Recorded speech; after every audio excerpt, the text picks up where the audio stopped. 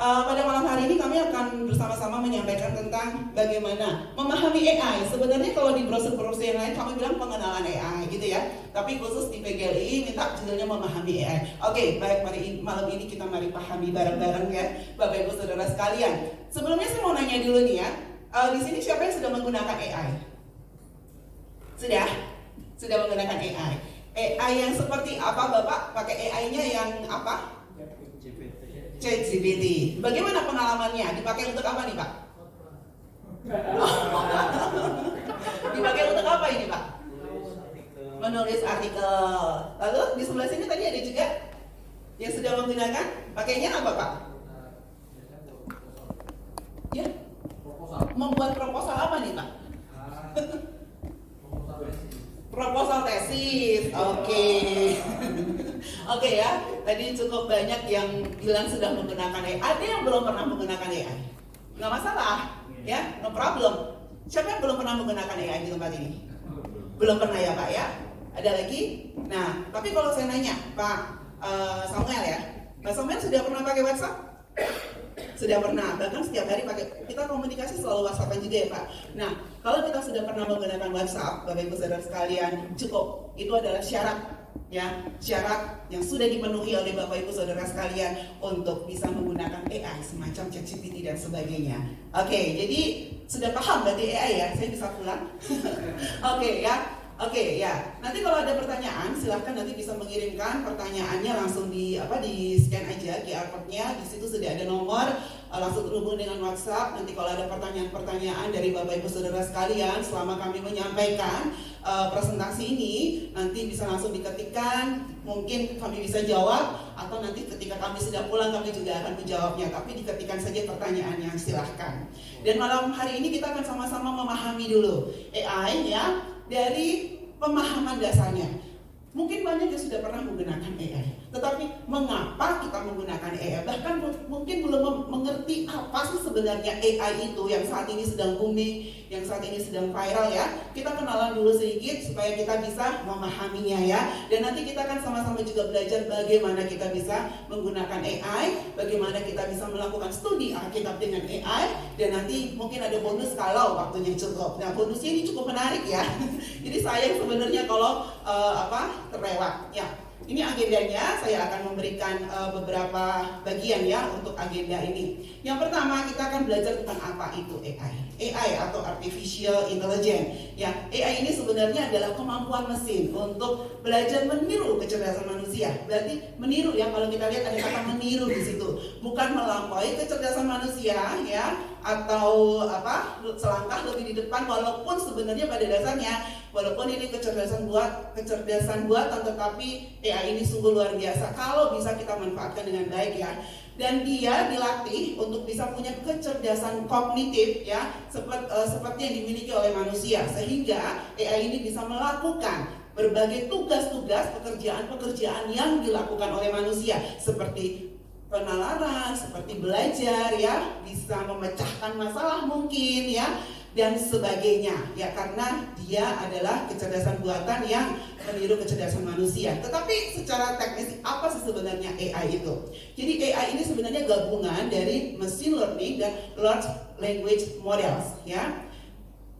Machine learning di sini dikatakan mesin yang bisa belajar, karena manusia kalau mau cerdas kan pasti juga belajar kan, sama halnya dengan mesin, karena dia kecerdasan buatan artificial intelligence, jadi dia juga adalah mesin yang belajar. Tapi belajarnya seperti apa? Ya, belajarnya adalah dia mendapatkan begitu banyak bahan, ya, begitu banyak data. Dia dilatih, dia belajar dari semua data yang ada di internet, ya, yang diberikan kepada dia, sehingga dia punya kecerdasan yang luar biasa. Sudah berapa banyak buku-buku yang kita baca seumur hidup kita? Atau paling nggak dalam waktu 10 tahun lah kita menjadi hamba Tuhan. Berapa buku yang sudah pernah dibaca Bapak? Kira-kira? 100? Oh lebih ya, 500.000 buku. Ya, dengan AI ini, dengan large language model, dengan data yang begitu banyak ya, dia bisa mempelajari atau dia bisa mendapatkan begitu banyak data, lebih dari buku, sebanyak jumlah buku yang pernah kita baca dalam seumur hidup kita. Ya, itulah sebabnya kita perlu memanfaatkan ini dengan sebaik-baiknya untuk menolong kita, terutama kita sebagai hamba-hamba Tuhan dalam melayani Tuhan, gitu. Dan pada faktanya ya, AI itu menakutkan. Katanya, menakutkan nggak Bapak Ibu Saudara sekalian? Sangat-sangat menakutkan sebenarnya, gitu ya. Dan memang AI is scary. Selalu Pak Max kalau buka presentasinya di tempat yang lain, AI is dangerous. Bahaya, gitu ya, diterjemahkan oleh Pak Max. Ya. Kenapa? Karena AI itu harusnya sangat menakutkan Bapak Ibu Saudara sekalian, sangat-sangat menakutkan. Jadi jangan kita mengenyampingkan mereka yang takut dengan AI, takut dengan perkembangan baru, karena memang sangat menakutkan. Kenapa berbahaya? Ya, kalau kita lihat api bisa menjadi berbahaya, bisa juga menjadi berguna, ya kan? Kalau kita berikan korek api kepada anak kecil, bisa menjadi hal yang bahaya enggak? Ya, tapi api juga bisa menjadi apa? Bisa menjadi ayam bakar. Tapi api juga bisa membuat rumah bakar, gitu ya. Gitu ya. Sama halnya dengan listrik, ya. Listrik juga sangat bermanfaat. Ini semua kita bisa menikmati presentasi pelayanan malam hari ini yang begitu luar biasa di GBI 3 Raksa ini. Begitu banyak listrik yang digunakan, tetapi listrik juga bisa sangat membahayakan, ya. Kalau ada satu peristiwa yang sedih sebenarnya di kantor kami, ya, ada mantan staf kami, ya, ketika dia membersihkan kolam ikan, dia tersengat aliran listrik, ya, kakinya satu di luar, satu di dalam kolam ikan, dan ada konflik. Akhirnya dia meninggal ketika dia membersihkan kolam ikan. Begitu bahayanya listrik itu. Ya, sampai setiap hari, setiap teknologi baru itu pasti ada bahayanya, Bapak Ibu Saudara sekalian. Ya, jadi tidak usah meng-underestimate orang yang selalu dikit-dikit takut dengan teknologi, karena pada dasarnya memang ya bahaya setiap teknologi baru itu. Tetapi bagaimana sebenarnya AI ini bisa berbahaya? AI ini bisa berbahaya kalau kita memakainya dengan cara yang salah, dengan motivasi yang salah, dan dengan tujuan yang salah. Oleh karena itu malam hari ini kita berkumpul untuk bagaimana kita bisa memahami AI sebagai orang percaya. Dan di sini kami sangat bersyukur karena ada hamba-hamba Tuhan yang seharusnya menjadi orang-orang terdepan, ya, orang-orang di garis depan yang memberikan bimbingan kepada jemaatnya, terutama untuk generasi-generasi mudanya ini loh. Kalau AI dipakai dengan cara yang benar, dengan motivasi yang benar, dengan tujuan yang benar, itu akan mendatangkan manfaat yang luar biasa. Begitu Bapak Ibu Saudara sekalian, ya. Bukan bermanfaat untuk pembesaran gereja kita atau untuk supaya kita menjadi lebih maju, ya. Itu manfaat-manfaat kecil aja, tetapi ada manfaat yang lebih besar yang akan kita pahami bersama-sama. Inilah yang menjadi dasar mengapa Sabda mengajarkan AI. Mengapa kami kalau mau pergi ke kota lain, ya, diundang oleh satu atau dua gereja, cari juga tempat-tempat lain di mana kami bisa sekaligus ngajarin ya tentang AI ini kepada terutama ya kami sangat bersyukur kepada hamba-hamba Tuhan dan juga kepada anak-anak mudanya. Yang pertama ada AI 4321. Ya, banyak orang yang takut dengan AI ketika AI baru muncul sekitar 1 tahun yang lalu, gitu ya. Terutama AI yang semakin viral, ada ChatGPT dan sebagainya ini ya. Kami memformulasikannya dalam AI 4321. Ada 4 fakta, ya, kenapa kita harus belajar AI. Ada 3 tujuan, ada 2 hasil dan juga 1 keinginan. Saya ngomongnya cepat sekali, sejauh ini bisa ditangkap ya. Ya, ya. Faktanya adalah AI is here. Ya, kita mau tolak, kita mau terima, ya. Kalau gereja kita menolak atau siapapun menolak AI, apakah AI akan pergi? Enggak. AI itu sudah datang dan akan tetap datang dan dia akan terus berkembang, ya. AI is here to stay. Kalau dibukakan pikiran juga, mungkin ketika saya nanti mati, mungkin saya nggak tahu saya mati berapa tahun lagi ya Bapak Ibu Saudara sekalian ya. Apakah AI akan punah? Tidak, AI akan terus ada dan akan terus berkembang, ya, berkembang dengan begitu cepat dan luar biasa. Dalam waktu 1 tahun kami belajar AI di Yayasan Bagas Sabda ya, 1,5 tahun ini perkembangannya sudah berapa kali lipat Pak Max? Wah, ya, itu sedikit itu. Kami capek sekali belajar mengikuti perkembangan AI karena kami harus belajar duluan ya sebelum kami bisa mengajarkannya kepada orang lain, dan begitu luar biasa perkembangannya. Dia akan terus berkembang, gitu ya. Dan AI itu mengubah segala sesuatunya. Kalau ada teknologi baru, pasti di situ akan ada perubahan yang luar biasa. Ketika kita masuk era COVID, ya kan? Ketika kita masuk era COVID dan gereja mulai gelagapan karena sebelumnya tidak peduli dengan teknologi. Saya salah satu orang yang bersyukur dengan adanya COVID. Ya, karena dengan adanya COVID, akhirnya disadarkan teknologi itu sungguh-sungguh dipakai Tuhan untuk memajukan pekerjaan Tuhan. Dan ketika COVID selesai, ya kita bilang aja selesai, langsung AI itu masuk. Sadar nggak? Ini cara Tuhan yang Tuhan pakai untuk memaksa gereja. Ini ada teknologi baru yang akan berkembang dengan begitu luar biasa yang akan aku izinkan untuk hadir. Dan ketika gereja sudah siap dengan teknologi ketika COVID, AI masuk dan kami bersyukur kami bisa mengajarkannya, kami bisa mengedukasinya dengan lebih mudah. Begitu Bapak Ibu Saudara sekalian. Jadi bersyukur ya, dan itu akan mengubah banyak hal. Di kantor kami saja sudah mengubah bahkan struktur organisasi dari Yayasan Lembaga Sabda. Ya, karena semua pekerjaan, semua pelayanan di Yayasan Lembaga Sabda sekarang memanfaatkan AI dan begitu luar biasa Tuhan memakai perkembangan ini. Ya, bagaimana dengan gereja kita? Kita harus meresponsnya. Jangan kita membiarkan atau kita ini tugas mereka yang muda-muda atau yang mau belajar aja. Ya, ini tantangan bagi gereja saat ini. We have to deal with it. Kita harus merespons AI ini. Ya, dan bagaimana sih caranya? Ya, ada 3 tujuan ya. Yang pertama, conversation. Mari kita bicara, ngobrol, diskusi. Buka ruang diskusi ya untuk bicara tentang AI. Kita lakukan eksperimen ya. Jangan takut, bersyukur di sini banyak sekali yang sudah mencoba ya, mencoba ChatGPT, mencoba berbagai macam tools, mungkin ada yang pakai Bing, ada yang pakai Gemini, ada yang pakai Perplexity dan sebagainya.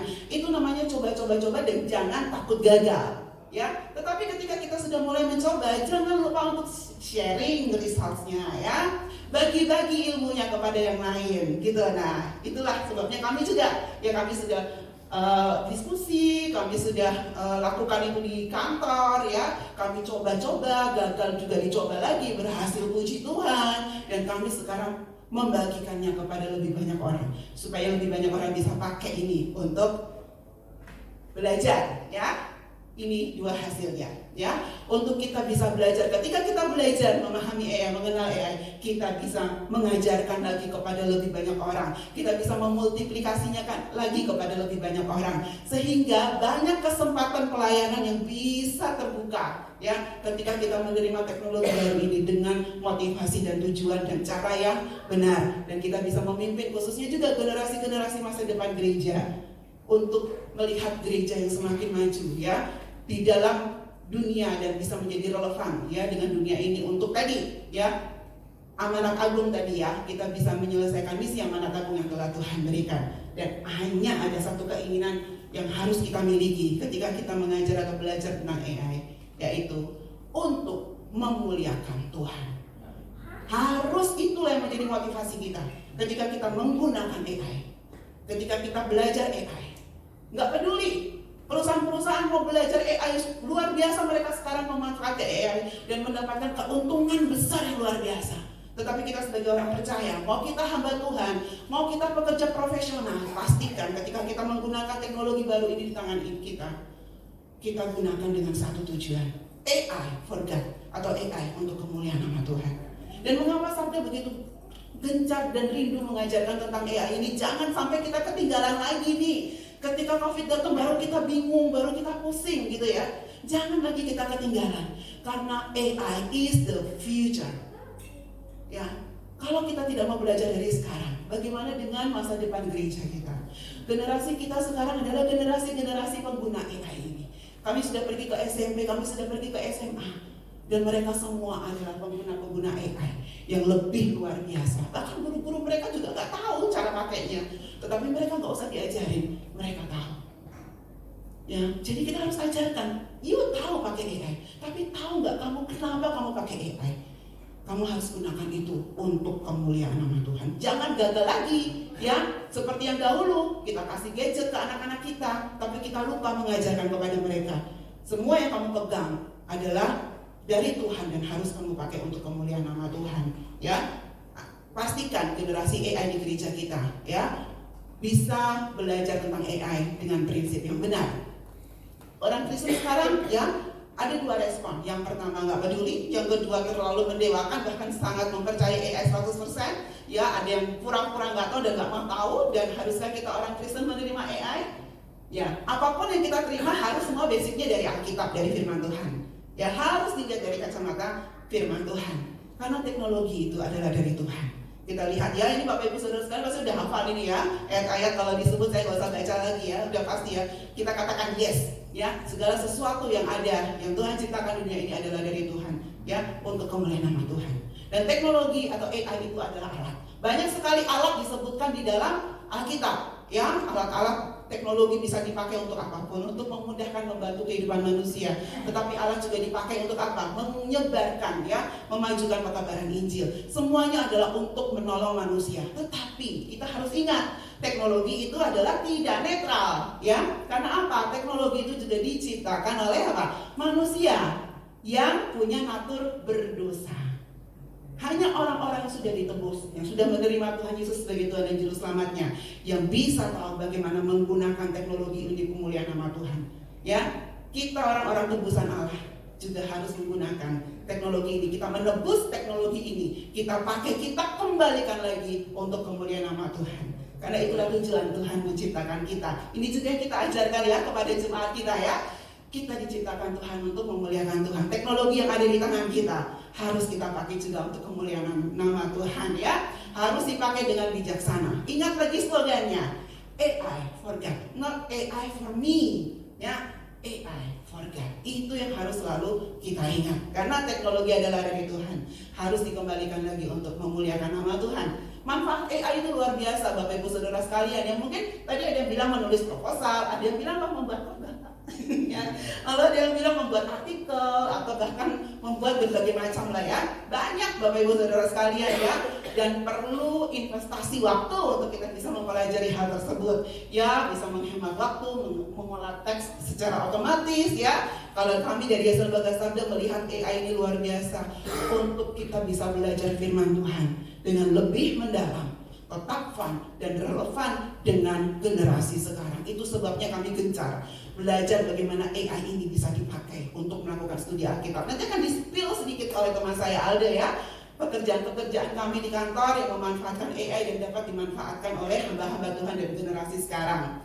Persyaratan orang Kristen atau di sini hamba-hamba Tuhan untuk bisa memakai AI, yang pertama pasti ya, sebelum kita menggunakan AI pastikan tadi fondasi Alkitabnya kita sudah pegang betul-betul ya. Karena tidak bisa dipisahkan, ini kan AI hanya alat, hanya hiburan. Tidak Bapak Ibu Saudara sekalian ya. Bertanggung jawablah dengan semua teknologi yang Tuhan berikan kepada kita. Harus dipakai untuk melayani Dia dan kita lihat semua di Alkitab. Yang kedua, harus punya kecerdasan digital. Ini syarat Bapak Ibu Saudara sekalian ya. Dulu ketika kita punya alat-alat gadget di tangan kita, apakah kita sudah mulai kecanduan untuk menggunakannya Bapak Ibu Saudara sekalian? Ya. Bahkan mungkin ada jemaat kita konseling, nanti dulu saya mau lihat TikTok dulu. Ada hamba Tuhan betul-betul. Beliau adalah seorang trainer, hamba Tuhan, trainer mentraining hamba Tuhan. Dan dia berkata, aduh saya kalau sudah buka TikTok, saya nggak bisa berhenti. Makanya sekarang TikToknya saya uninstall. Ini pengakuan seorang hamba Tuhan besar loh Bapak Ibu Saudara sekalian ya. Ini menandakan kecerdasan digitalnya masih harus ditingkatkan gitu ya. Dan harus banyak belajar, jangan malas belajar, harus investasi waktu, jangan malu belajar dengan anak-anak muda. Dan coba dan terus coba. Mama saya usia hampir 70 tahun, saya ajarin AI. Walaupun kadang juga jengkel, udah dikasih tahu kemarin, nanya lagi hal yang sama, tapi sabar. Saya mau latih hamba-hamba Tuhan, masa saya nggak sabar dengan mama saya sendiri gitu ya. Dan puji Tuhan ya, beliau salah satu orang yang juga sangat senang untuk bisa belajar teknologi. Tadi saya sudah sempat sebutkan tentang digital quotient. Ini adalah seperangkat keterampilan teknis digital. Ini yang harus kita pelajari. Tapi kalau kita mau belajar, mungkin ini butuh seminar 2 hari lagi ya. Tetapi paling enggak ya, ini selain kita punya digital quotient, kita sebagai orang percaya juga harus punya kecerdasan digital yang kita terapkan dengan prinsip-prinsip Alkitab sesuai dengan pikiran kepada Kristus. Ini adalah ya beberapa indikator ya bagaimana kita sudah cerdas secara digital. Apakah kita menjaga identitas digital kita nggak sembarangan di internet? Apakah kita bisa menjaga privasi kita sendiri atau privasi orang lain ketika kita berselancar di dunia internet, di dunia digital? Kita punya pikiran yang kritis. Ini pun salah satu kunci ya Bapak Ibu Saudara sekalian ya, untuk kita bisa menggunakan AI. Punya pikiran yang kritis ya. Apakah kita sembarangan meninggalkan jejak digital kita? Ingat ya, jejak digital itu tidak bisa dihapus ya. Lalu ada screen time itu juga sering jadi masalah ya, bahkan untuk anak-anak dan untuk kita orang tua juga ya, tidak bisa mengendalikan diri kita ketika kita sedang melakukan screen time atau online untuk hal-hal yang tidak bermanfaat begitu ya. Dan digital quotient ini adalah dasar dari AI quotient ya. Ada AI literasi, melek AI ya, lalu juga disertai dengan AI intelligence ya, ditambah dengan penggunaan AI yang bertanggung jawab, itu akan menghasilkan kecerdasan AI ya, AI quotient. Nah, ini juga harus kita pelajari, harus harus kita usahakan dengan cara itu tadi ya,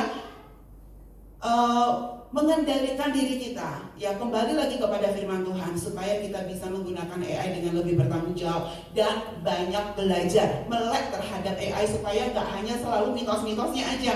Bahaya loh, nanti pendeta bisa digantikan dengan AI dan sebagainya gitu ya.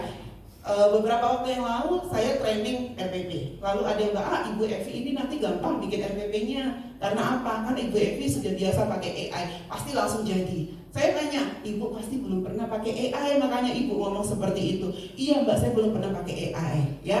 Tidak semudah itu Bapak Ibu Saudara sekalian ya, AI itu bukan kotak sulapnya. Perlu kita tingkatkan literasi kita terhadap AI gitu ya, supaya kita bisa punya kedewasaan untuk menggunakan AI ini ya.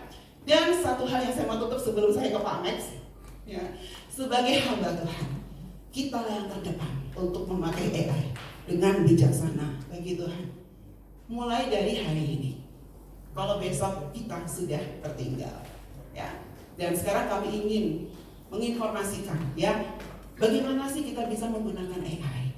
Kuncinya itu apa? Rahasianya itu apa ya? Saya akan langsung serahkan kepada Pak Max ya, supaya tidak berlama-lama lagi. Terima kasih.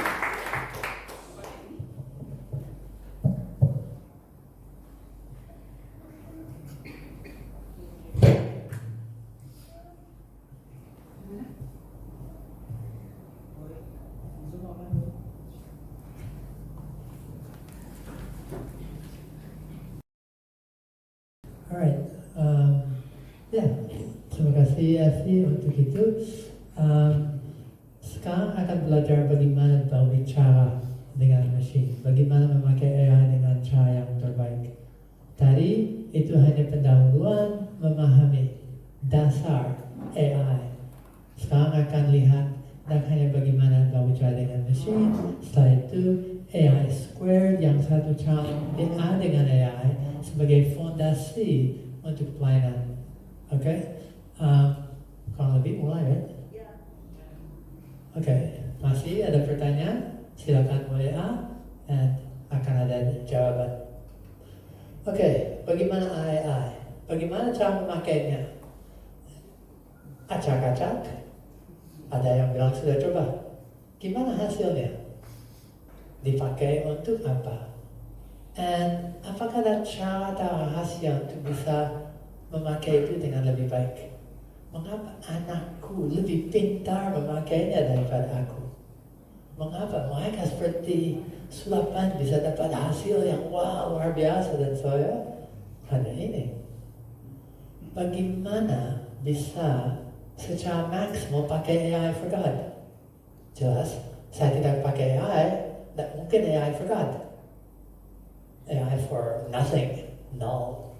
Tapi kalau saya memakai itu, apakah akan itu dengan cara yang jadi berkat kepada orang lain? Mari kita belajar bersama. Akan belajar prompting focus. Fokus itu, kalau sudah punya lensa atau loop yang besar, matahari, waktu muda, bye-bye semut, bye-bye semut. Satu persatu dibakar. Oops. Sebentar, technical difficulty. Ada kabel yang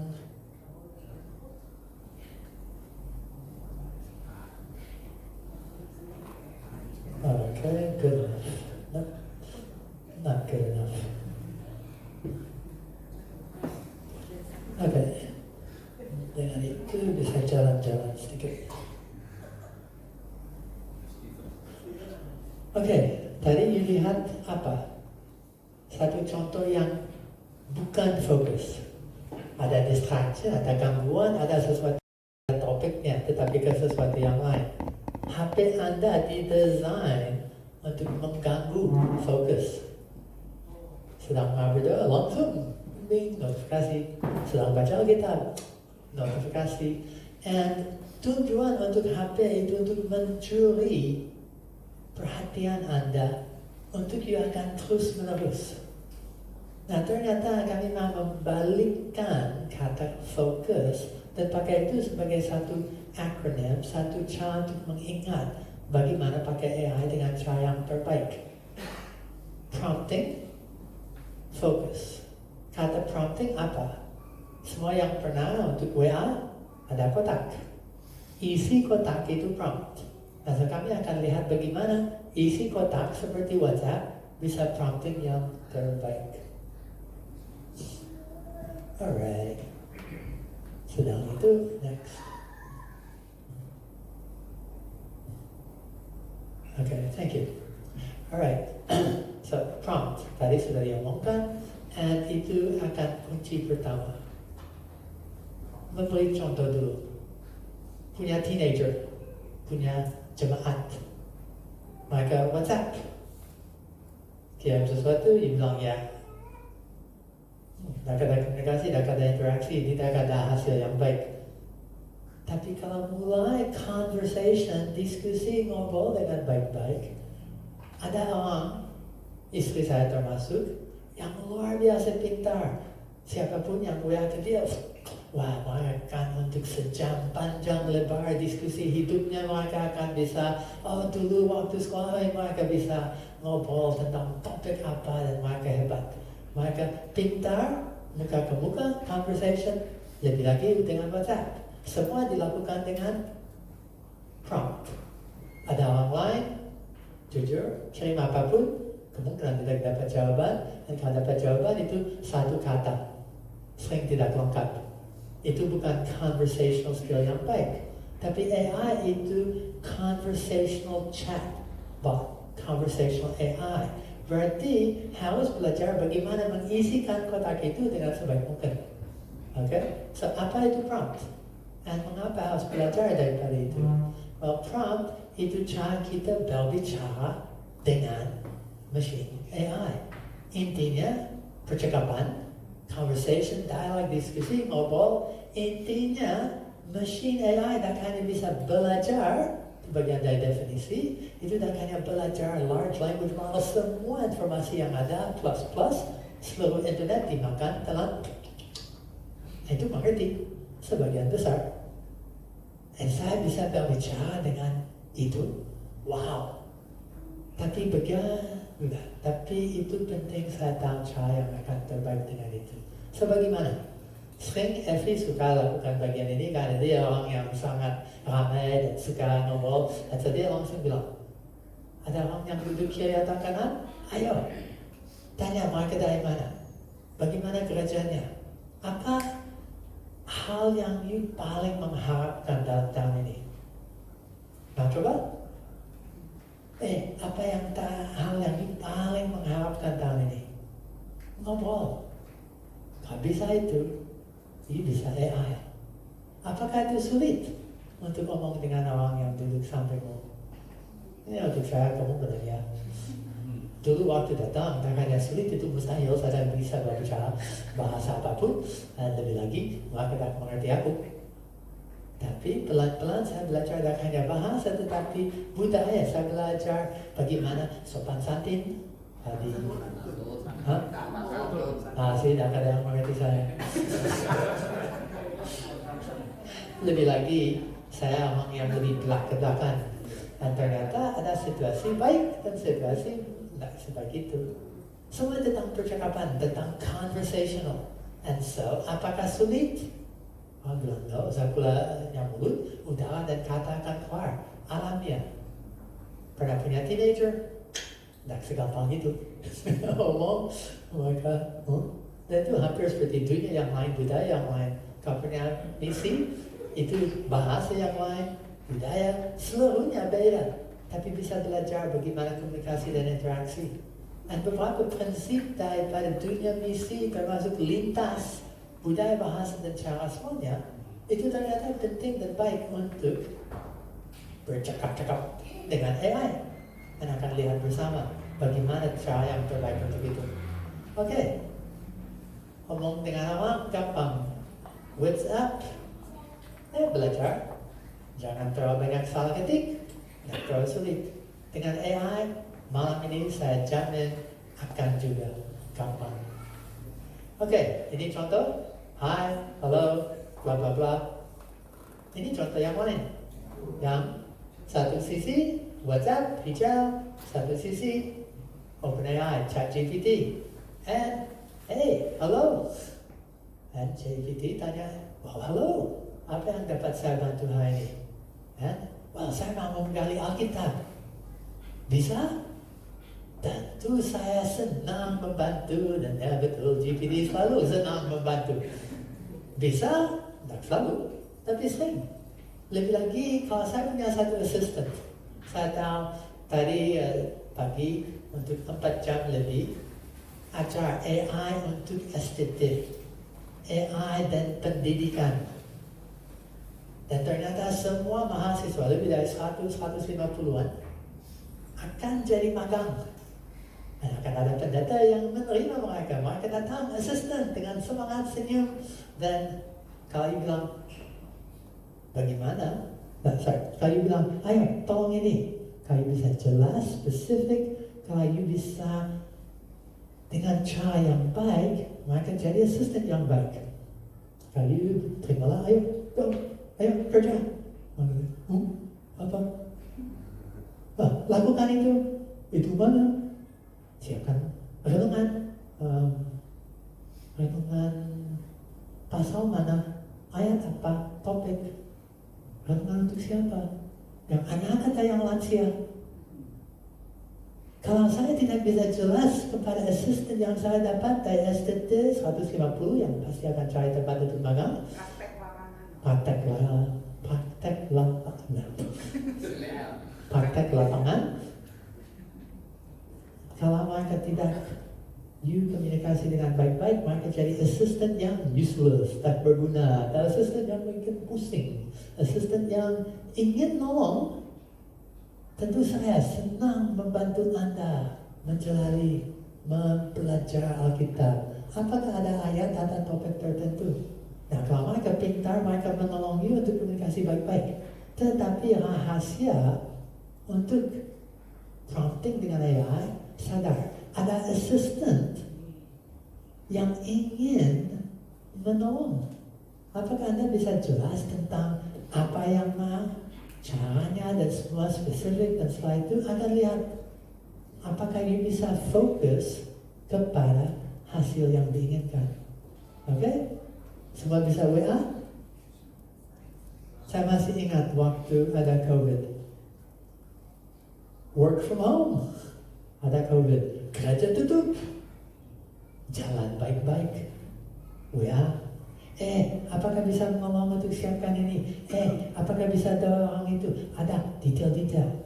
Dan lebih pintar, dan lebih spesifik, dan lebih baik dengan WA, dengan prompt. Lebih luar biasa hasil. Sekolah jalan. Kerja jalan. Karena orang jadi pintar untuk komunikasi lewat kotak prompt itu. Sekarang untuk AI. Cara membuat prompt yang baik ada dengan fokus. Fokus itu 5 kata kunci, dan akan lihat berdasar ini Anda akan dapat hasil yang berapa kali lebih baik daripada Anda pernah. Sampai itu hampir rasa sulapan. Bukan magic box, bukan David Copperfield, tetapi you akan bisa dimengerti oleh AI, dan AI akan bisa menolong, membantu jadi assistant yang inovatif, assistant inovatif, kreatif yang bisa mendampingi Anda. F pertama, apa? Itu format. Yang penting format. Kalau saya tanya, kamu pernah dapat paragrafi 1 ayat 1 itu default. Mungkin saya mau itu adalah point-point. Format itu omong tentang struktur tata letak. Itu omong tentang bentuk dan jenisnya. Apakah saya mau point-point? Apakah saya mau satu renungan? Saya mau satu blog? Saya mau satu artikel? Tadi ada proposal, tadi ada khotbah. Atau mungkin saya mau bikin lagu. Saya sedang dengan anak-anak dan saya mau untuk bikin drama untuk sekolah minggunya. Mungkin ada PA dan saya mau mulai untuk menggali dan belajar. Saya mau PA dengan AI. Format seperti apa dengan objektif yang apa? Tadi ternyata format yang lain, sekolah minggu, khotbah, PA, tulis surat, atau pokok doa, semua ada tujuan yang beda. Berdasar tujuan Anda akan ada format yang harus tepat. Dan saya memberi satu rahasia. AI itu pintar sekali, tapi tidak bisa baca pikiranmu. Tanganmu akan harus menjelaskan mengapa dan apa yang diharapkan. Saya tidak bisa senyum. Itu baca muka saya dan bilang, dia sedang mau. Apa? Tidak bisa. Objektif. Lebih jelas, lebih baik hasilnya. So, fokus itu format, itu objektif, dan juga penting itu konteksnya. Cara yang lain itu scope, itu latar belakang, itu kondisi. Kalau saya mau dan nanti akan coba bersama satu contoh tentang doa. Saya mau tentang doa. Wah, bagus ya. Itu penting, semua Kristen harus berdoa, right? Kalau saya tanya tentang itu, hasil yang saya dapat sangat beda daripada kalau saya tanya daripada non Kristen. Dari Alkitab, seterusnya akan lihat berapa beda kalau saya tanyakan tentang objektif saya, tetapi saya memberi konteks. Dan sebagai orang Kristen, paling sering saya mau dari konteks apa? Dari Alkitab. Daripada fondasi iman kita, daripada ayat-ayat. Kami mau bisa belajar bagaimana tidak hanya AI secara sekular, tapi secara untuk bisa melayani AI for God.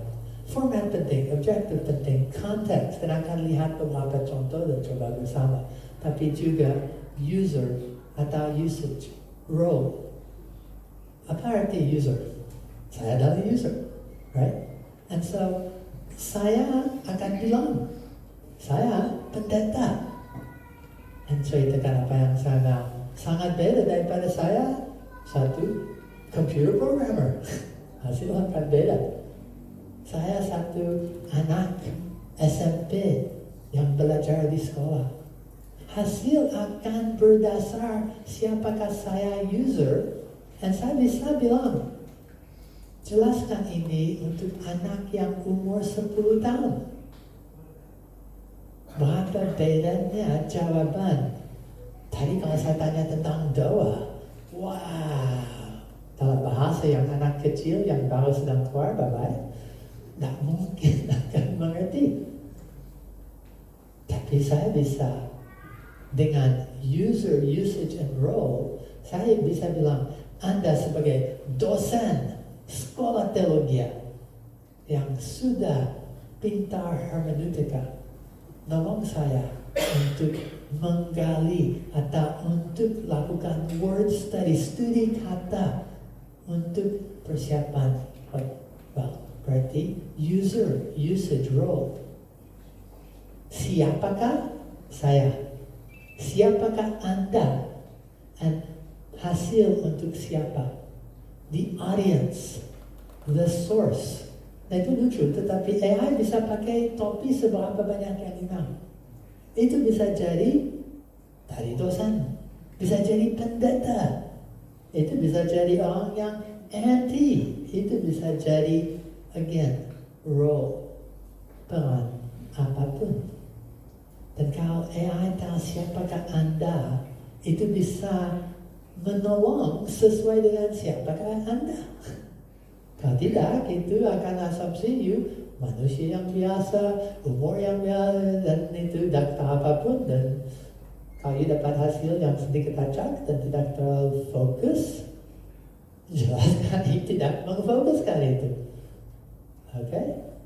Dan satu lagi, siapa sini suka makanan dari Solo? Oke, dari Solo. Oke. Siapa yang suka makanan Padang? Wah, lebih banyak pasti. Karena apa? Spicy. Siapa sini suka ayam? Di Solo ayam bakar, ya mereka suka, tapi ayam penyet. Sini di Jakarta ada ayam manapun pasti sudah penyet. Mati di bawah roda siapa tahu berapa banyak. Bukan itu, tapi bumbunya. Spicy. Kalau you mau satu prompt yang baik, sama dengan diskusi. Kalau saya conversation dengan orang, itu just informasi, bla bla, dan bosan. Tapi kalau itu ada sesuatu yang betul special, kalau bisa sangat spesifik, kalau mau style seperti apa. Satu hal yang lucu, ayat daripada Alkitab, ada satu perikop. Saya kasih ke AI dan saya bilang, saya mau you menulis ini ulang dalam style dengan bahasa dan gaya teenager. Jangan lupa pakai banyak emoticons. Lucu sekali dan jauh lebih hidup. Dan masih tepat.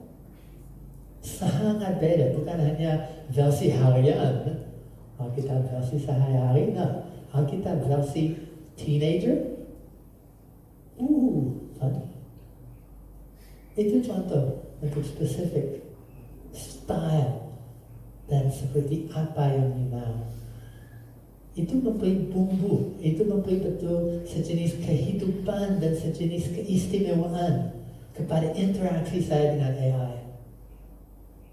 Juga itu adalah puncak daripada fokus. Tidak hanya untuk informasi, tapi seperti apa? Formatnya, objektifnya, konteks. Dan lebih lagi, untuk oleh siapa? Termasuk siapakah saya? And bumbu. Oke? Kami akan lihat ini lagi. Kunci sukses prompt adalah format, karakter, tata letak, objektif yang tujuan, itu konteks yang latar belakang, kondisi, scope, dari mana informasi. Dan lebih lagi user usage role, siapakah saya, siapakah Anda, and untuk siapa. And jangan lupa, makanan membosankan kalau semua sama-sama, tapi untuk memberi bumbu, untuk memberi permohonan, instruksi yang khusus, yang spesifik, termasuk di dalam style seperti apa. Dan nanti akan lihat perbedaan. Kalau saya memberi satu gambar, dapat. Tapi kalau saya bilang gambar di dalam style Minions yang kuning dengan mata, film itu siapa punya anak pasti pernah lihat, atau dalam style Disney atau Princess. Itu style yang bukan hanya style style tulisan, tapi style gambar. Semua ini akan dipakai tidak hanya untuk ChatGPT, tetapi kalau saya ingin lakukan media, prinsip yang sama. Interaksi apapun akan mulai dengan kemampuan saya untuk melakukan prompt dengan baik. Demo, praktis tentang demo. Oke, saya akan bilang siapapun sini yang punya HP, dan lebih baik itu kalau dalam pasangan 1, 2, atau 3 orang, salah satu buka GPT atau Perplexity. Ya, silakan, ini sangat interaktif dan kami akan dengan cepat sekali lihat satu contoh praktis. Oke? Itu akan membuktikan apa yang saya mau. So, dan harus semuanya, dan kalau mau semuanya silakan, tetapi duduk sampai ingin conversation, bisa share. You dapat apa? Saya dapat apa? Kita lihat bersama. AI response. Ini bagus atau aneh? Setuju tak setuju? Oke? So, silakan semua HP Anda. Sudah buka? Oke? Dan akan mulai dengan satu yang sangat sederhana. Satu kata. Awal kata di situ doa. Seperti Google, right? Kalau Google, doa. Return. Lihat hasil muncul apa. Oke? Just kata doa. Jawaban apa? Nah, ini lucu. Itu untuk yang ini dalam bahasa English. Itu tanya, apakah ada satu doa yang mau saya doakan? Itu mengerti doa sebagai satu kata benda. And itu tanya, you mau dapat doa apa? Doa untuk terbang, doa untuk makan, doa macam-macam. Hasilnya adalah apa yang sama ya. So sekarang saya akan tanya, apakah doa? Tapi itu dalam bahasa Inggris, saya mau lebih spesifik. So, doa dalam bahasa Indonesia. Oh ternyata kalau saya tulis doa dalam bahasa Indonesia, itu akan bikin satu doa dalam bahasa Indonesia dan mulai mendoakan. Ya Allah, limpahlah rahmat dan ampunan kepada kami, lindungilah dan waduh. Itu coba doa untuk saya, kenapa? You bilang doa dalam bahasa Indonesia, itu sekarang berdoa dalam bahasa Indonesia. Itu salah mengerti karena saya tidak tahu spesifik. Dan you pasti dapat hasil yang beda. Itu satu yang sangat fun. Bandingkan dengan orang lain, mereka dapat apa, saya dapat apa. Oke? Sekaligus, mungkin kami tidak mau yang AI sedang coba mendoakan saya. So, jelaskan, apa itu doa? Oke? Just tanya, apa? Apakah itu doa? Oke? Right? You wanna go ahead? Kamu dapat apa? Sharing hasilnya? Ya, di depan. Oh. Ya.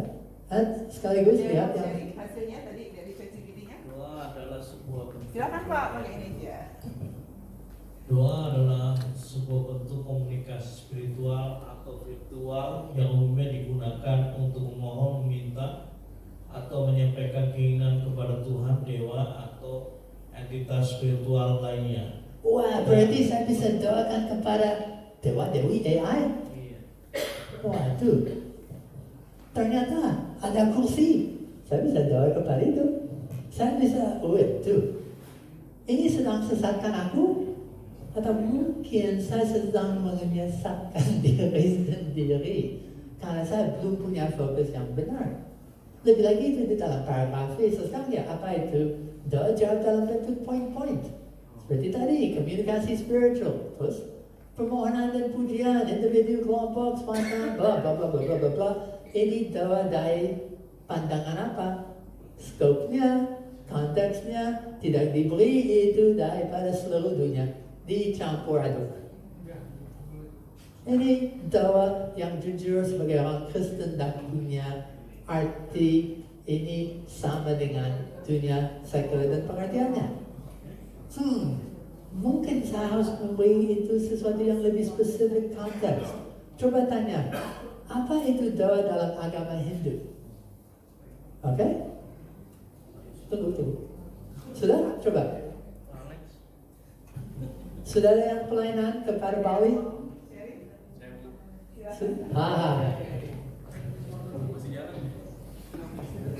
Dalam agama Hindu, poin-poinnya aja. Poin-poinnya 1, bakti atau keheningan. Ya. 2, puja upacara ibadah. 3, mantra ucapan suci. 4, kirtan atau dan bacaan nyanyian rohani. 5, meditasi kontemplasi. 6, pengampunan dan permohonan. 7, bakti yoga apa ya? Ya. Dan apapun jawabannya itu akan termasuk kata puja. Tadi kami apa? Nyanyi, puja-pujian. Tapi kata pujian itu sesuatu yang adalah naikkan pujian kepada Tuhan. Itu dari Sanskrit. Sabda, kata sabda itu actually dari Sanskrit. Itu berarti satu kata yang dari Tuhan atau Raja. Itu muncul ke dalam bahasa Jawa. Dan kata sabda juga ada singkatan, sastra Alkitab dulu dan alat-alat, tetapi bukan itu yang penting. Tapi ada puja, ada bakti, semua ini terkait dengan tak hanya doa Hindu, tetapi bahasa Indonesia. Dan itu muncul. Ada yang punya kebaktian setiap minggu? Oh. Dengan ada apa doa? So ternyata ada di dalam sejarah dan dalam bahasa. Sidik jari daripada zaman dulu, daripada bahasa Sanskrit dan seterusnya. Dan saya belajar beberapa hal tentang doa. Dan bukan doa pengertianku. Saya pinjam beberapa kata daripada itu setiap minggu. Oke, doa dari Hindu. Jelas saya bukan orang Hindu, tapi kalau saya pelayanan kepada orang Hindu, itu langkah pertama untuk bisa sesuatu yang luar biasa baik dan bisa jadi conversation. Mereka setuju, mereka, wah itu bagus. Saya itu akan tanya lebih banyak. Apa arti ini dan mengapanya? Sekarang saya mau tanya, apa itu doa agama Islam? Tak perlu agama, just apa itu doa Islam? So just ketik, apa itu doa Islam? Well, 5 kali per minggu, salat, dan hanya doa tapi 2, zikir, and seterusnya, pillar, and so on. Dan ini kalau ditanya dengan satu cara, apa doa-doa yang ada di dalam agama Islam, bandingkan dengan apa arti doa untuk Islam, atau apa cara. Dan dari itu saya dengan cepat sekali saya bisa belajar tentang doa. Tapi tak menolong saya. Itu menolong untuk mengerti yang lain-lain, tapi masih belum fokus dengan cara yang seharusnya saya mau. Tapi pasti belajar sesuatu. Pasti, wow. Semua ini. Maka kami akan sekarang coba dengan cara yang sedikit beda. Apa itu doa dari pandangan Kristen dan Alkitab? Oke? Doa dari pandangan Kristen dan Alkitab dapat jawaban seperti apa? Okay? Kalau mau bisa dalam bentuk poin-poin, kalau mau bisa nanti disertakan dengan ayat-ayat. Tapi minimal, apa arti doa dari pandangan Kristen? Atau apa doa Kristen dari pandangan Alkitab? Lebih baik lagi. Apa doa Kristen dari pandangan Alkitab? Dan jangan lupa memberi ayat-ayat untuk sumbernya. Terus sekaligus saya tanya, apa doa Kristen dari pandangan Alkitab, dan berikan referensi ayatnya. Hasil seperti apa bedanya? Lihat itu cukup untuk bikin series khotbah, itu cukup untuk bikin renungan, itu cukup untuk lebih garis besar daripada buku. Berapa beda dan hebat hasilnya kalau bisa fokus dengan tepat. And dapat firman yang mendukung, dapat firman yang adalah sumber daripada pengertian tentang doa itu. Mengerti? Ini satu contoh yang sangat sederhana, tetapi daripada kata doa yang hanya menghasilkan sesuatu aneh dan pengertian yang sekular, sampai sekarang saya punya fondasi untuk apa artinya dan caranya untuk orang Kristen mengerti doa. Hanya dengan fokus. Oke? Nah, sekaligus kalau sedang melakukan ini, saya tambah satu lagi. Sorry. Kan ini pendeta-pendeta. Kalau saya mau, saya bisa ceritakan siapakah saya. Saya adalah pendeta daripada gereja kecil yang sedang bertumbuh. Kalau saya mau, saya bisa jelaskan situasi dan saya bisa kasih saya 5 poin doa. Itu bikin nolong untuk bikin poin-poin doa. Saya punya jemaat yang punya sakit ini. Bisakah kasih ke saya poin-poin berdoa berdasar itu dan ayat yang mendukung? Atau secara yang sederhana, tadi saya dengar kata khotbah, tak mulai dari itu, tapi nanti sebagai bonus ada, tapi renungan. Saya mau satu renungan tentang doa dari pandangan Kristen, khusus sesuai dengan doa Bapa kami.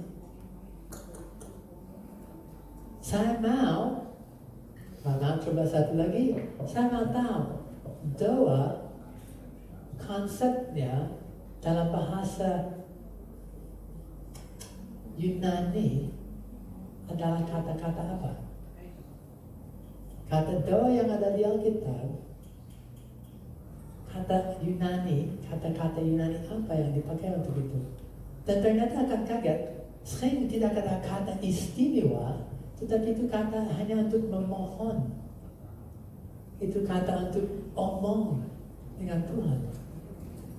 Dan harus yang fancy. Ternyata doa sudah jelas.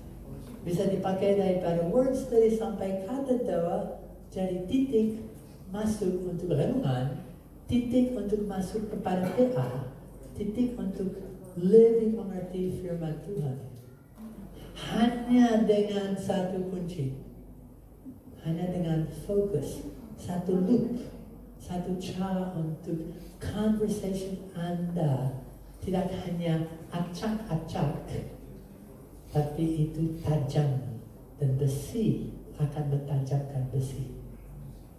Fokus menolong Anda untuk tajamkan relasi interaksi dengan assistant Anda, dengan AI.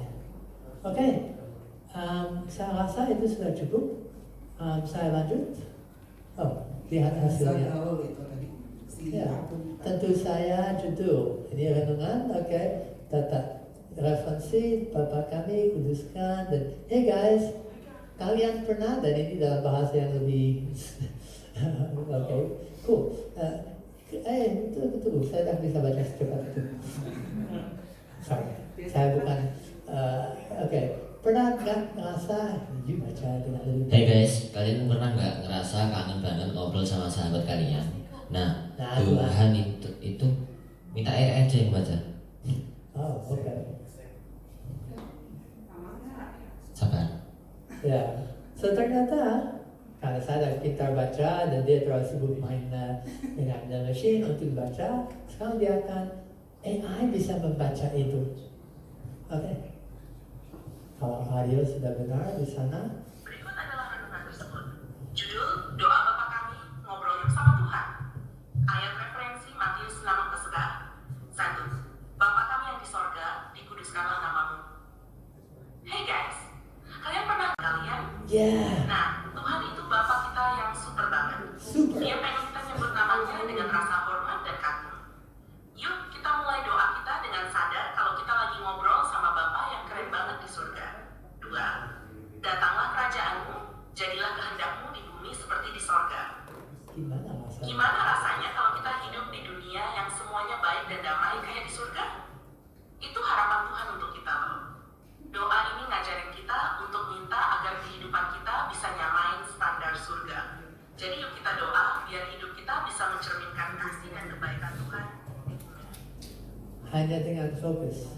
Kayu belajar bagaimana memakai AI dengan baik, itu jadi assistant yang luar biasa. Oke, cukup untuk yang praktis. Ini bukan workshop. Saya pernah workshop 3 jam punya untuk berapa banyak jenis latihan. Ini hanya untuk bisa mencicip. Dan saya dengar ada orang, kalau itu betul makanan Padang yang asli, ada rendang hitam. Kalau lebih dari cicip akan membakar mulut. Ini hanya untuk memulai. Dan saya harap itu sangat nolong. Oke? So, sekali lagi, fokus itu kunci sukses.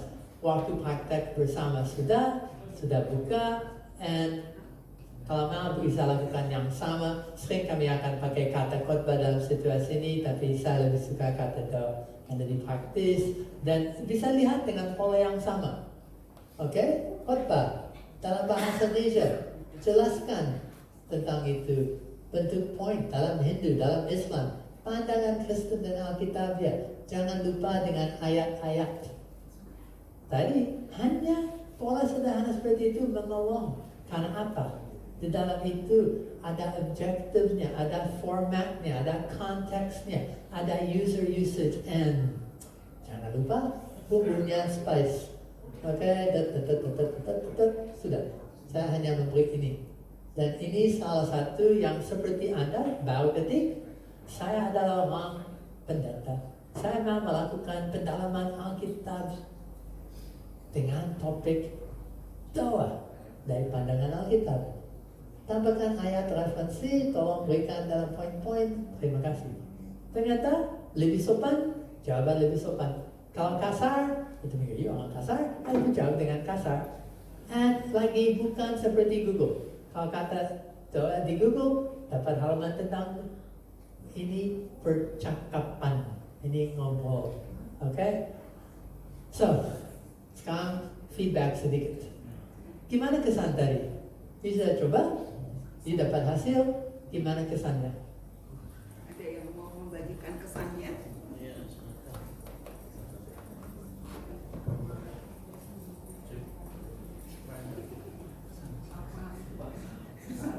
Ya, tadi untuk just coba praktek sedikit.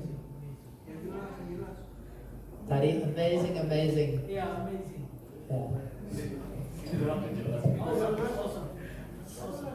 So, wow, awesome. Okay. Dia berbicara untuk semuanya atau ada kesan yang lain?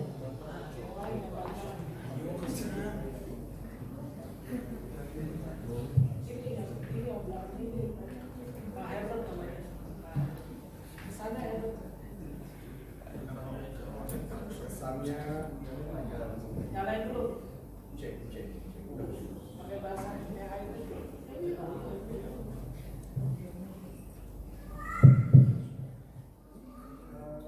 kesannya itu sama ya, ini wow kayak juga nih, kayak juga kalau kita nggak antisipasi yang benar juga ya ini bisa jadi sebuah itu kan yang kangen untuk kita nggak bergantung sama Tuhan sebagai hamba Tuhan dia kan. Akhirnya kita cuma memakai AI untuk dalam mempermudah dalam pelayanan, tapi ketergantungan sama Tuhan dia bisa berkurang juga di dalam hatinya. Jadi benar-benar wow, tapi sekaligus menakutkan seperti tadi yang Kalau mau benar takut mikir. Saya sedang khotbah tentang satu topik, misalnya doa. Anak-anak sedang duduk dan dapat berapa banyak lagi dan berapa cepatnya. Sudah siap untuk melayani satu generasi, tak hanya digital tapi generasi AI. Siap untuk melibatkan mereka dalam prosesnya, belajar dari mereka, dan ini mengubah segala cara mikir tentang pelayanan. Pelayanan dalam dunia AI itu bisa menakutkan. Dari satu sisi wow, tapi ada berapa banyak topik yang di luar saat ini yang juga terkait. Tapi saya harap itu lagi memberi satu titipan, satu rasa seperti apa. Dan pikir, kalau hanya dalam 10 menit dengan kata doa bisa sebanyak itu, apa lagi yang you akan bisa lakukan? Anda, kalau bisa kreatif, Anda kalau mulai belajar bagaimana berbicara dengan asisten, akan bisa ngobrol tentang hal yang penting seperti jemaat, seperti pelayanan, seperti firman Tuhan, dan dapat hasil yang luar biasa. Oke, sudah, berarti kami akan berlanjut kepada PA dengan AI. Silakan.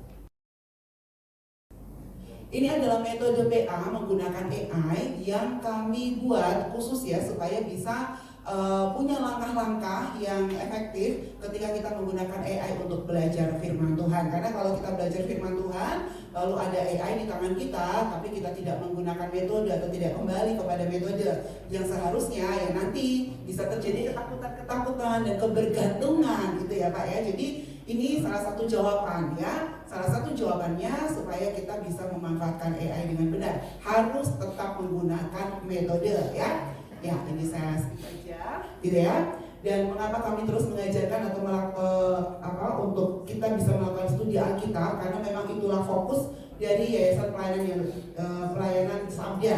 Ada 3 fokus dengan 1 visi, yaitu visi teknologi untuk kemuliaan Tuhan.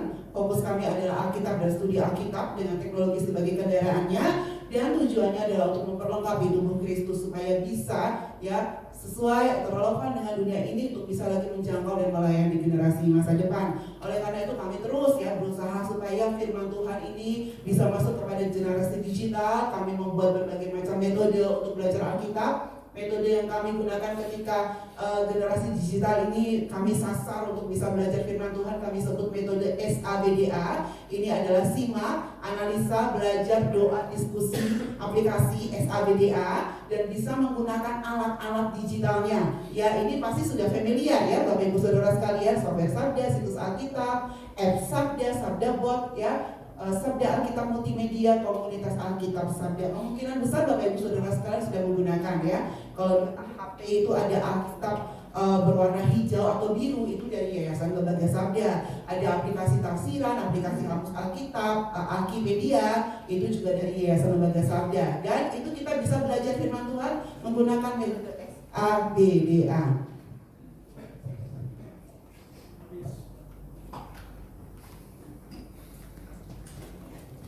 Lalu bagaimana dengan generasi AI? Ya, generasi AI ini juga membutuhkan atau tetap harus belajar Alkitab dan menggunakan metode PA dengan menggunakan metode AI. Nanti kita sebut AI Square. Karena apa? Pada dasarnya AI itu tidak bisa kita jadikan, atau AI itu nggak bisa belajar firman Tuhan, Bapak Ibu Saudara sekalian. Yang mendapatkan manfaat dari studi Alkitab itu adalah kita yang menggunakannya. Ya, tadi kita sudah bilang AI adalah teknologi terbaru, adalah alat, teknologi tidak netral, ya teknologi perlu kita tebus untuk kemuliaan Tuhan, karena AI itu hanyalah alat, tetapi tidak semua alat sama. Ya.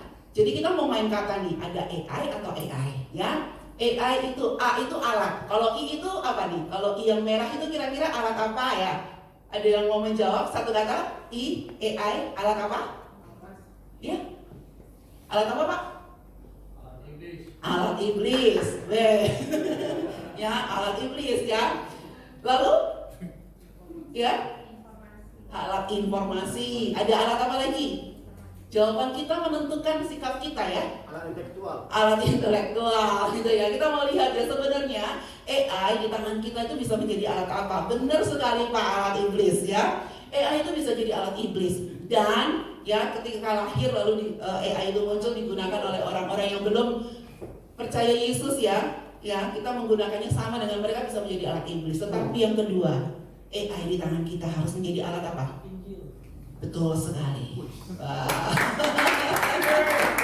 Luar biasa ya. Wah, ini harapan yang luar biasa, alat Injil. Betul Bapak Ibu Saudara sekalian ya. Sehingga AI adalah harus di tangan kita menjadi alat Injil, bukan lagi alat iblis. Dan ini menjadi perjuangan Yayasan Lembaga Sabda. Tuhan berikan visi sejak 94 kami lahir ya, Yayasan Lembaga Sabda berdiri sampai sekarang. Semua teknologi terbaru kami pastikan bisa dipakai untuk belajar Alkitab ya. Ketika masih bentuknya floppy, bentuknya software, bentuknya situs, apps, ya sekarang sudah ada AI. Terus ya kami punya gerakan-gerakan. Sekarang kita namanya AI for God. Mari kita coba ya, kita nggak akan praktek, kita akan spill aja ya. Apa sih metode untuk belajar Alkitab menggunakan AI? Ini kami sebut dengan metode AI kuadrat. Kenapa? Karena ada 2 AI, bukan alat Injil, bukan alat iblis ya Bapak Ibu Saudara sekalian. Jadi kita lihat, tetapi kita lihat juga di situ bentuknya kotak, ada 4 ini ya. Makanya kami sudah bilang AI square gitu ya. Nah di sini ada 2 AI kuadrat, ini kotak, AI square ini menandakan adalah satu fokus, ada target di dalamnya. Kalau kita lihat di belakang ini ada gambar apa Bapak Ibu Saudara sekalian? Alkitab gitu ya. Dan ini adalah fokusnya, targetnya adalah AI dipakai untuk belajar Alkitab ya. Dan ini kalau kita lihat tanda apa? Tanda apa? Tanda salib ya, supaya lebih banyak orang lagi ya ketika mempelajari Alkitab ya, mereka bisa menjadi semakin serupa dengan Kristus ya ketika menggunakan AI. Ada 4 langkah dalam metode AI Square ini. Yang pertama, AI, yang pertama adalah awali dan investigasi. Gitu ya. Lalu AI yang kedua adalah ajaran dan implementasi. Awali itu berarti kita back to the Bible, kembali mengamati teks terlebih dahulu. Ya kan, kalau kita mempersiapkan khotbah, pasti kita akan lihat dulu teksnya, ya kan Bapak Ibu Saudara sekalian. Nggak mungkin lah kita langsung nanya sama AI, tolong bikinin saya khotbah, itu sudah melanggar pakem ya. Jadi harus pastikan kita gunakan awali, amati dulu Alkitab kita. Lalu yang berikutnya adalah investigasi, ya. Kita melakukan studi Alkitab secara induktif. Apa yang ada di firman Tuhan itu kita gali, ya. Kita gali lebih mendalam dan kita pastikan kita menggunakan referensi yang tepat. AI bisa menjadi salah satu referensinya. Lalu berikutnya adalah apa? Tidak hanya kita melihat teks, tidak hanya kita menyelidikinya, tetapi bagaimana firman Tuhan itu untukku, ya. Bagaimana firman Tuhan itu berlaku untukku. Ketika kita berkhotbah, ketika firman Tuhan itu belum berlaku untuk hidup kita, ketika firman Tuhan itu belum hidup di dalam hidup kita, ya itu namanya kita tidak melakukan PA, kita cuma belajar ya untuk menambah pengetahuan kita. Jadi AI yang kedua itu bicara tentang dari diri kita sendiri. Ajaran, apa arti firman Tuhan ini untukku, dan yang kedua I adalah implementasi. Ini bicara tentang penerapan. Dan kunci untuk kita bisa menggunakan metode AI Square ini lagi-lagi kembali kepada prompt kita harus fokus ya. Perhatikan formatnya, objektif, konteks, user usage-nya dan juga spice-nya. Jadi penting ya, nanti di rumah kembali lagi berlatih untuk belajar prompt. Kalau perlu tanya AI-nya, bagaimana saya bisa menulis prompt dengan tepat yang baik supaya bisa menghasilkan ya hasil yang lebih baik lagi ya, belajar lebih banyak. Jadi ada 4 langkah: awali, amati Alkitab, apa adanya yang tertulis di Alkitab itu yang harus kita selidiki ya. Lalu yang kedua investigasi ya, kita lakukan penggalian bacaan dengan lebih dalam dengan segala macam cara ya, bukan dari referensi, lalu lihat dari atau mendengar rekaman-rekaman seminar dan sebagainya, itu salah satu cara juga ya. Dan AI bisa sangat menolong untuk kita mendapatkan banyak referensi. Lalu yang berikutnya adalah ajaran, apa artinya untuk aku, pelajaran-pelajaran ya, refleksikan, doakan pelajaran apa yang sudah didapatkan, dan AI bisa sangat menolong untuk membantu kita. Apalagi sih pelajaran ya, selain pelajaran yang aku dapat secara pribadi, apalagi pelajaran yang sebenarnya bisa didapatkan dari satu teks Alkitab yang sedang kita pelajari. Lalu implementasi. AI tidak bisa menjadi pelaku-pelaku firman ya Bapak Ibu Saudara sekalian ya. Jadi percuma kalau kita bergantung kepada AI dengan sepenuh hati kita, karena AI tidak bisa menjadi pelaku firman. Yang menjadi pelaku firman itu adalah kita Bapak Ibu Saudara sekalian. Dan AI itu hanya menolong ya. Kalau misalnya ketika kita sudah menetapkan satu aplikasi konkret, AI bisa menolong lagi untuk kita bisa melihat dengan lebih luas ya. Secara lebih luas sebenarnya apalagi yang bisa aku lakukan ya dari firman Tuhan yang berbicara kepadaku hari ini. Kita bisa menggunakan berbagai macam tools AI ya. Ketika kita menggunakan PA dengan AI, ada Alkitab, bisa digital, bisa cetak ya, atau ada akses AI juga kepada salah satu AI generatif, tadi bisa ChatGPT, Perplexity, Gemini dan sebagainya. Dan jangan lupa terus kembangkan skill prompt kita ya. Ini Sabda sudah melakukan berbagai kegiatan untuk kita mengajarkan tentang PA dengan AI. Pertama kali pasti harus di Sabda sendiri ya. Ini staf Sabda kami sedang latih untuk melakukan PA dengan AI Square. Ya, kami belajar ini setiap hari, lakukan PA setiap hari, bahkan sampai hari ini kami masih mengembangkan atau belajar PA dengan menggunakan AI Square. Ini untuk anak-anak SMP, anak-anak SMA, ini di STT Berita Hidup, ini di INTEAS dan sebagainya. Nah, kita lihat sedikit aja ya, kita nggak akan coba satu-satu Bapak Ibu Saudara sekalian. Setiap langkah kita mau coba lihat PA dengan Yohanes 3 ayat 16. Kita mulai dari langkah pertama, yaitu A, awali. Ya, amati Alkitab apa adanya. Jadi pastikan kita baca Alkitab secara teliti, gitu ya. Dan kita bisa gunakan asisten kita AI sebagai alat bantu untuk mengamati dari segi isi, ya, dari segi isi itu, ya. Kita cari konteksnya, kita bisa minta AI menolong kita untuk apa sih poin-poin penting ya yang bisa saya dapatkan dari bacaan ini. Ini bisa menjadi salah satu prompt-nya, ya. Saya seorang hamba Tuhan pendeta yang sedang melakukan studi Alkitab dari Yohanes 3:16. Tolong berikan poin-poin beserta referensi ayatnya. Dan ini yang sudah kami lakukan. Ini hasilnya dari ChatGPT ya Bapak Ibu Saudara sekalian. Ini ada Yohanes 3:16, poin-poin utamanya apa gitu ya. Lalu disertai dengan referensi-referensi ayatnya ya, dan sebagainya. Ya, cepat ya. Lalu yang berikutnya adalah investigasi ya. Jadi kita perlu menggali, dan biasanya kalau kita menggali Alkitab ya, kalau kita hamba Tuhan biasanya sudah diajarkan, lebih tepat itu menggunakan 5W 1H, pertanyaan-pertanyaan seperti seorang jurnalis untuk mendapatkan informasi yang lebih mendalam. Dan kita bisa memanfaatkan AI ini untuk ya melakukan metode 5W 2H ini. Ini ada satu contoh tolong berikan kepada saya 5W 2H untuk Injil Yohanes 3 ayat 16. Kita sudah melakukan juga. Ada who ya, siapa saja sih yang terlibat di dalam Yohanes 3 ayat 16 ini? Ada Allah, ada anaknya yang tunggal, ada orang percaya. What-nya apa? Ada kasih Allah sampai keselamatan. When-nya, karena memang di situ tidak disebutkan waktunya ya, dia berkata ya, dalam ayat ini tidak menyebutkan waktu tertentu, tetapi relevan sepanjang masa ya, karena berkaitan dengan keselamatan kekal di dalam Tuhan. Lalu ditanya, ini where-nya di mana ya? Kalau karena nggak ada ya, bilang memang nggak ada. Sampai berikutnya ada why, how, dan how much, seberapa besar, gitu ya. Oke, ya ini juga bisa dicari ya, untuk kita mau cari latar belakang penulis, latar belakang tokohnya dan sebagainya ya.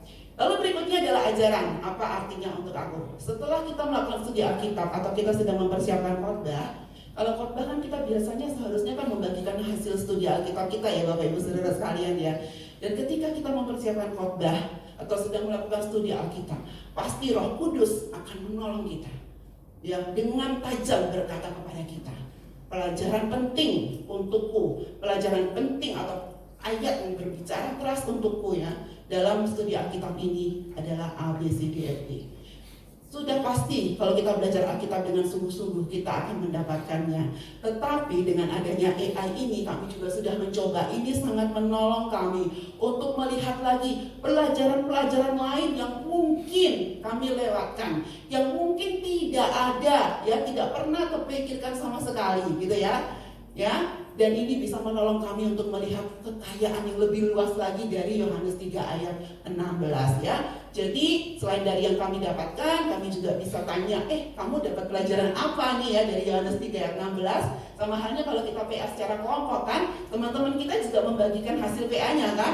Sekarang kita punya satu teman baru, yaitu AI. Untuk dia juga kasih tahu ke kita pelajaran apa yang dia dapatkan sebagai mesin tentunya ya, dan sebagainya. Nah, untuk implementasi juga sama. Ya, kita pasti bisa mendapatkan penerapan konkret karena tujuan kita belajar Alkitab adalah mendapatkan panduan supaya kita bisa melakukan firman Tuhan itu ya dalam hidup kita sehari-hari. Kalau kita tidak berhenti atau tidak berujung kepada implementasi atau kepada penerapan dalam hidup sehari-hari ya, percuma dong kita lakukan studi Alkitab ya. Sehingga harus diakhiri dengan implementasi, dan AI dapat menolong kita untuk kita bisa melihat implementasi apa saja yang kita dapat lakukan. Kalau di Sabda, itu kebanyakan anak-anak muda, dan banyak juga ketika masuk ke Sabda, itu belum pernah melakukan PA.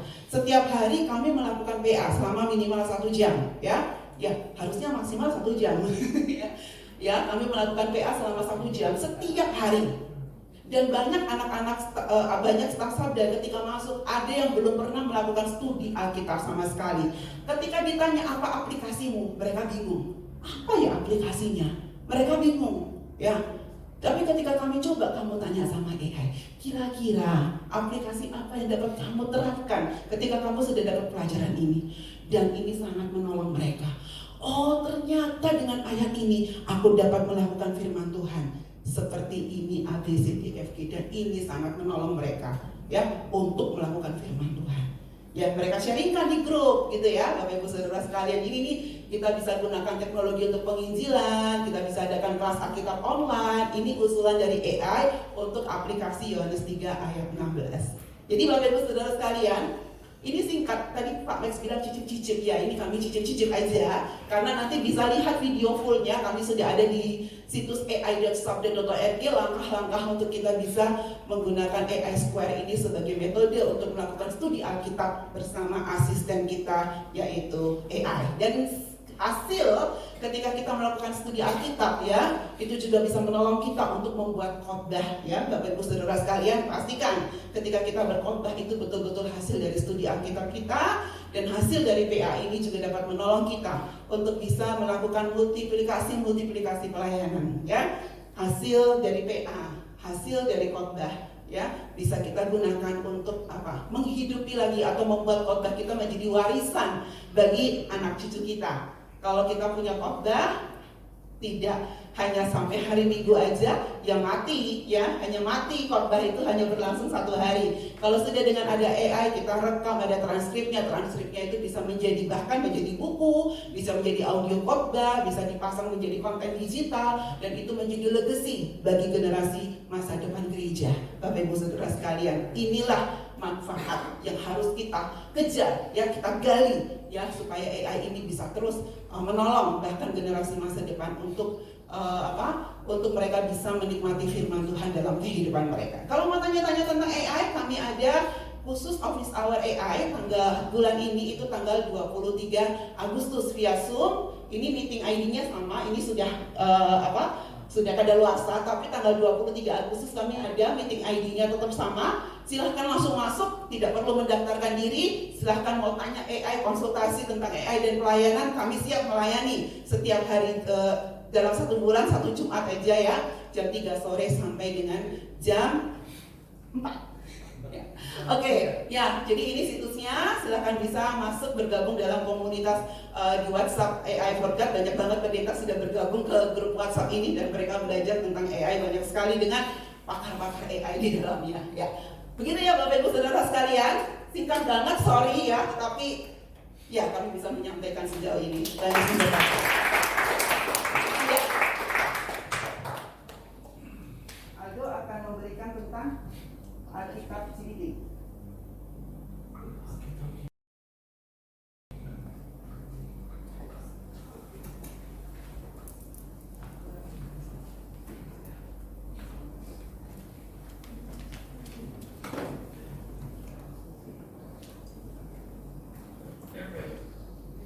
Ya, udah capek? Sama-sama capek kita. Oke, pertama aku mau nyampein tentang Alkitab GPT. Kalau tadi kita sudah mendengar bagaimana itu ChatGPT kan, sudah pernah nyampe semua ChatGPT. Kalau kita lihat lebih lagi, kita sudah punya teman. Kalau ChatGPT itu kan kita punya teman sebatas ya kita ber-PA biasa ya. Nah, di Alkitab GPT ini kita lebih dalam lagi. Ini dibuat khusus lebih untuk menjadi alat bantu kita, asisten kita, teman kita untuk melakukan studi Alkitab. Nah, dari ini diharapkan dengan adanya Alkitab GPT ini, dia mendapatkan hasil yang lebih mendalam, lebih fun, lebih bertanggung jawab, dan lebih relevan dengan teks Alkitab yang ada. Kenapa aku bisa bilang gitu? Karena di Alkitab GPT itu sudah melalui proses pelatihan. Pelatihan yang menggunakan dataset Alkitab yang ada. Jadi di Alkitab GPT dia nggak berdiri sendiri ya Bapak Ibu. Dia itu memiliki asisten juga. Ya sama kayak kita dalam melakukan PA tadi di AI Square, di Fokus kita memiliki asisten, kita memiliki teman yaitu AI. Nah, Alkitab GPT ini juga memiliki teman yaitu Sabdabot. Nah, dia dilatih dengan versi-versi Alkitab, dengan resource-resource kekristenan agar jawabannya lebih sesuai dengan konteks Alkitab. Kalau Bapak Ibu tadi lihat teks Alkitab yang ada di ChatGPT, dia memparafrase, ya kan? Maknanya memang sama, tapi teksnya belum tentu sama persis blok, ya kan? Nah, dengan Alkitab GPT ini kita bisa mendapatkan teks Alkitab sama kayak yang di Alkitab kita.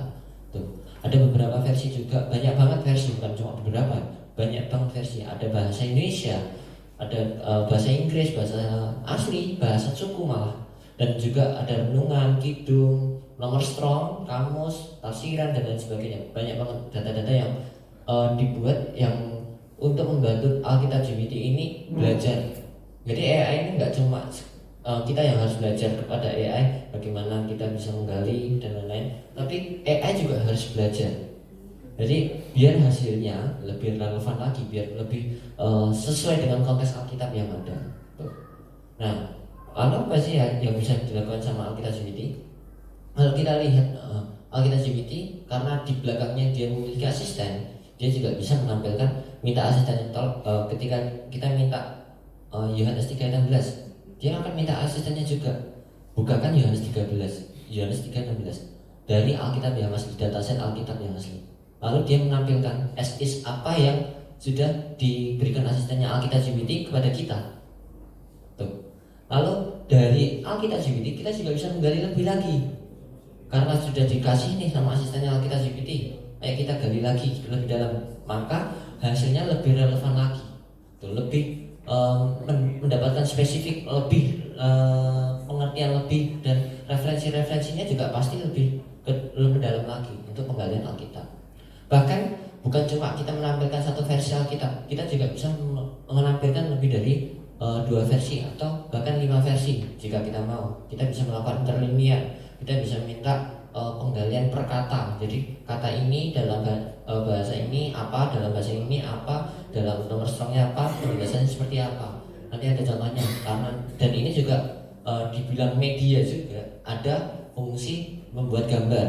Jadi ketika Bapak Ibu pusing nih, bingung mau buat ilustrasi seperti apa, ada, bisa kita minta ke Alkitab GPT. Yang pastinya sesuai dengan konteks Alkitab, karena sebelum kita meminta gambar, Alkitab GPT akan melihat dulu teks Alkitabnya seperti apa. Jadi dia akan bisa lebih lagi. Nah, ini ada beberapa contoh. Ini kita bisa lihat ada studi kata. Kalau kita lihat lebih dalam lagi, di atas ini ada versi AYTT, BNet, Yunani, dan nomor strong, dan pengertiannya juga dalam proses bentuk tabel. Nah, nanti dalam itu kita juga diberikan suatu pengertian penjelasan lebih lagi, karena aku nggak bisa bacanya. Nomor strong bahasa Yunani kan, terus menunjukkan sebab atau alasan. Jadi dijelaskan satu persatu per kata. Bahkan dia juga bisa memberikan studi per pasal, nggak terlepas di kata-kata satu ayat perkataannya seperti apa, tapi dia juga bisa memberikan studi per pasal. Karena ada fungsi dari Sabdabot, kita bisa minta, Bapak Ibu punya aplikasi Alkipedia, kita bisa minta Alkipedia isinya di mana. Bisa minta tafsiran juga, kita bisa minta benar-benar semua pasalnya itu. Mazmur 119 tolong tampilkan, dia akan memberikan tampilan semua isinya.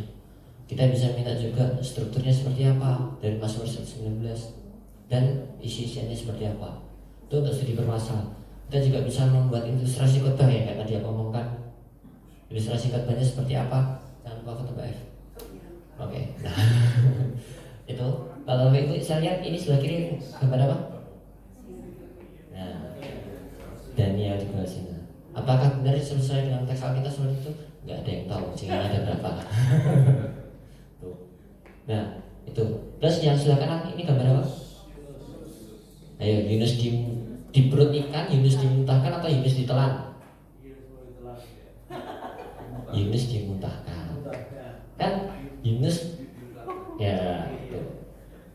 Itu kalau untuk Alkitab GPT. Jadi kita bisa ketika kita bingung, ini gambarnya di mana ya, cari-cari di internet, lama kita langsung minta Alkitab GPT. Tapi tapinya untuk saat ini karena Alkitab GPT ini kita menggunakan GPT 4o, GPT 4 itu masih berbayar. Jadi kita harus punya akses ke GPT 4 dulu, baru bisa kita melakukan generate gambar. Kalau tidak memiliki, ya fungsi-fungsi lain kayak mencari ayat, referensi dan lain-lain masih bisa. Tapi untuk medianya belum bisa. Tuh. Ada juga untuk sekolah minggu. Tuh, kita bisa minta. Kalau tadi kan aku mencari untuk bahasa gaul, itu Alkitab GPT juga bisa. Tapi yang bisa bahkan juga bisa membacakan sama. Yang lebih serunya lagi, dia bisa membuat suatu gambar. Nah, gambarnya seperti apa? Kita minta jadikan. Yuk, buat anak-anak nih, kayaknya seru kalau anak-anak dikasih gambar-gambar anime gitu. Kan biasanya ada anak-anak sekolah minggu yang ibu-ibu gitu kan banyak. Nah, itu bisa kita minta kalau kita GPT. Bahkan kita juga bisa gunakan tools lain, misal kayak Canva untuk edit gambar, untuk kita bisa mintakan di Alkitab GPT atau di Chat GPT biasa untuk membuatkan teksnya, atau membuatkan, kita bisa minta Gemini untuk membuat suatu ide kayak gimana sih jalan ceritanya. Kita bisa gunakan lebih dari Alkitab GPT atau tools-tools AI lain gitu, lebih dari satu tools. Nah, ini salah satu contoh juga untuk kita membuat gambar yang lebih menarik. Dari cerita ini tadi, Daniel dan teman-temannya di negeri asing, dari pasal 1, aku minta buatkan gambar, ya kan? Pertama kita akan membuatkan gambar yang normal. Tapi kalau kita mau lebih spesifik lagi, tolong buatkan versi minion. Mungkin anak-anak lebih suka. Bahkan kalau kita mau ya kita bisa buat misal kisah Daud dan Goliat versi Marcel de Beer. Siapa tahu anak-anak suka sama Marcel de Beer, ya kan? Gak ada yang tahu tuh. Apa misal cerita-cerita lain di Alkitab yang lebih menggali anak-anak lagi tuh. Ya, Star Wars bisa tuh. Tuh. Jadi kita bisa membuat ide-ide kreatif melalui ini. Kita bisa edit sendiri. Oke. Lanjutnya di Badeno AI. Kita ngomongin soal Badeno sekarang. Kita ada satu tools juga, satu pengembangan dari Badeno. Badeno itu merupakan suatu kita bisa suatu studi berpasal dari Alkitab untuk kita membaca, mendengar, dan nonton Alkitab saat itu juga. Ya, tapi bedanya kalau kita membaca biasa kan dia media first. Nah, adanya audio, adanya video untuk kita bisa menonton, dan lagi kita tidak hanya sendiri, ada AI juga di situ. Jadi sudah lebih interaktif lagi, sudah lebih mendalam lagi, dan dari Badeno ini kita tidak cuma mendapatkan satu hasil, tapi kita bisa mendapatkan banyak hasil. Ada ringkasan, ada pengantar, topik, dan lain sebagainya. Bahkan 51 hal pun juga sudah ada. Itu diambil semua dalam satu pasal itu. Nah, bedanya kalau ini tadi hampir sama kayak Alkitab GPT, dia sudah melalui proses training. Dia menggunakan AI yang sudah mulai proses training dari satu kitab nih. Misal aku ambil contoh Yohanes 3. Ini ada Yohanes 3. Pelajari dulu. Nanti lalu habis dia pelajari, dia baca semua, lalu aku bisa minta ringkasannya, pengantarnya seperti apa. Jadi tidak semerta-merta dia akan mengingat-ingat dari datanya, dia akan memparafrase, tapi kita sudah memberikan teks Alkitab, kita memberikan teks Alkitab AYT untuk dia melalui proses training itu, lalu mendapatkan fungsi-fungsi mendapatkan hasil-hasil yang seperti itu tadi. Tuh, ini contohnya dari ringkasan. Terus lalu juga ada satu tools yang sudah terintegrasi juga, yaitu Alkitab GPT di sini, dan terintegrasi dengan Badeno ini, dan sudah ada metode ES Square dan metode fokus untuk kita mengingat lagi. Siapa tahu tadi udah lupa, biasanya nanti tidur terus lupa kan, biasanya kayak gitu. Dan kita bisa langsung, bahkan kita juga bisa langsung tanya ke ChatGPT. Bedanya kalau kita ChatGPT kan kita menulis panjang prompt, wah panjang banget. Nah, dengan kita langsung mencatatkan di sini, nanti itu sudah langsung masuk sesuai dengan konteks Alkitab. Apapun pertanyaan kita pasti sesuai dengan konteks Alkitab. Kalau kita centang ini di atasnya itu ada kayak teks kecil, itu akan sesuai dengan konteks Alkitab di pasal itu. Beda dengan kalau kita ChatGPT kan panjang. Nah, ini fokus untuk pertanyaan, untuk menjawab seputar Alkitab. Jadi sudah di grounding terlebih dahulu ChatGPT-nya. Nanti Bapak Ibu langsung tinggal coba. Tapi tetap perlu metode fokus. Kenapa itu ditaruh untuk diingat, tetap untuk digunakan. Jadi jangan semerta-merta langsung gunakan ya. Nah, dan itu tadi kan sudah di-sharing juga sama Mbak Evi, sama Pak Max juga. Tetap kita harus tetap membagikan kepada orang lain. Jangan cuma berhenti di kita, tapi kita harus men-sharingkan itu juga. Oke.